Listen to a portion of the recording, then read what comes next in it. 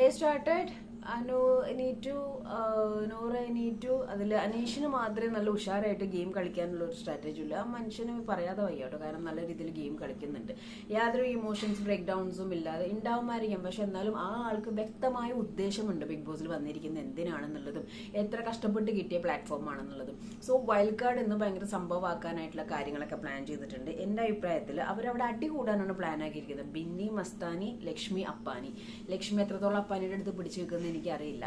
മസ്താനിക്ക് പറ്റും, കാരണം മസ്താനിയുടെ ആ ഒരു ചൊറിയാനുള്ള ഒരു കഴിവെന്ന് പറഞ്ഞിട്ടുണ്ടെങ്കിൽ ഭയങ്കര അടിപൊളിയാണ്. പക്ഷെ ഞാനൊന്ന് ചോദിക്കട്ടെ, ഈ അടി ഉണ്ടാക്കിയിട്ട് കണ്ടന്റ് ഉണ്ടാക്കുന്നതാണോ ഒരു ശരിക്കുള്ള ഒരു ഗെയിം പ്ലാൻ എന്ന് പറയുന്നത്? ഇപ്പോൾ വയൽക്കാരന് അവിടെ എന്തെങ്കിലും ഒരു ഗെയിം സെറ്റ് ചെയ്യാം, അല്ലെങ്കിൽ എന്തെങ്കിലും ഒരു നല്ലൊരു വെറൈറ്റി കണ്ടന്റ് കൊണ്ടുവന്ന് അത് ത്രൂ ആളുകളുടെ മെന്റാലിറ്റി അല്ലെങ്കിൽ സൈക്കോളജി, അതല്ലെങ്കിൽ അവരുടെ ഒരു ഒന്ന് ഉഷാറാക്കുക, ഒന്ന് പോസിറ്റീവ് ആക്കുക, ആ രീതിയിലുള്ള എന്തെങ്കിലും ഒരു ഗെയിം സ്ട്രാറ്റജി കൊണ്ടുവരാതെ നേരെ പോയിട്ട് മസ്താനിയുടെ അടുത്ത് ബിനിയായിട്ട് ഫൈറ്റ് ഉണ്ടാക്കുക, ലക്ഷ്മിയുടെ അടുത്ത് പോയിട്ട് അപ്പാനിയുടെ അടുത്ത്.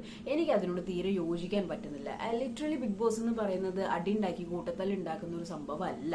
അതിനകത്ത് ഒരുപാട് കാര്യങ്ങൾ കോൺട്രിബ്യൂട്ട് ചെയ്യാൻ പറ്റും, ഒരുപാട് കാര്യങ്ങൾ സംസാരിക്കാൻ പറ്റും, ഡിസ്കസ് ചെയ്യാൻ പറ്റും, ഒരുപാട് ഗുഡ് നോളജസ് ഉണ്ടാക്കാൻ പറ്റും, നല്ലൊരു സൗഹൃദം ഉണ്ടാക്കാൻ പറ്റും. എപ്പോഴും കണ്ടു കഴിഞ്ഞാൽ അടി, കുറ്റം പറച്ചില്, ഒച്ചപ്പാട് ഉണ്ടാക്കുക, പോയിന്റ് ഔട്ട് ചെയ്യുക, ബാക്ക് സ്റ്റാബ് ചെയ്യുക, കുശൂഷിക്കുക, പരദൂഷണം പറയുക, അതല്ല ശരിക്കും പറഞ്ഞാൽ അതൊരു ഹൗസ് എന്ന് പറഞ്ഞിട്ടുണ്ടെങ്കിൽ ഒരുപാട് ഇമോഷൻസ് വന്നു പോകേണ്ട ഒരു പ്ലേസ് ആണ്. അപ്പം വൈൽഡ് കാർഡിന്റെ ഈ കാലത്തെ പൊരിഞ്ഞടി പ്ലാനിനോട് ഞാൻ മൊത്തത്തിൽ എതിർക്കുകയാണ്. കാരണം അവർക്ക് കുറച്ചും കൂടി വെറൈറ്റി ആയിട്ട് നല്ല രീതിയിൽ ഒരു ഗെയിം സ്ട്രാറ്റജി, ഇപ്പൊ അവിടെ ആർക്കെങ്കിലും എന്തെങ്കിലും ഒരു വിരോധമോ കാര്യങ്ങൾ എന്തെങ്കിലും അതൊക്കെ മാറ്റുന്ന രീതിയിലോ അല്ലെങ്കിൽ നല്ലൊരു പോസിറ്റീവ് ആയിട്ടുള്ള സംഭവം അവിടെ പറയായിരുന്നു. അപ്പൊ നിങ്ങൾ എല്ലാവരും ചോദിക്കും അതിനുള്ള സ്ഥലമാണ് ബിഗ് ബോസ് എന്ന്. ഓഫ് കോഴ്സ് പൂരത്തല്ലും ഒച്ചപ്പാടും ബഹളവുമായിട്ട് നെഗറ്റിവിറ്റി സ്പ്രെഡ് ചെയ്യാനുള്ള ഒരു സ്ഥലമല്ല ബിഗ് ബോസ് എന്ന് പറയുന്നത്.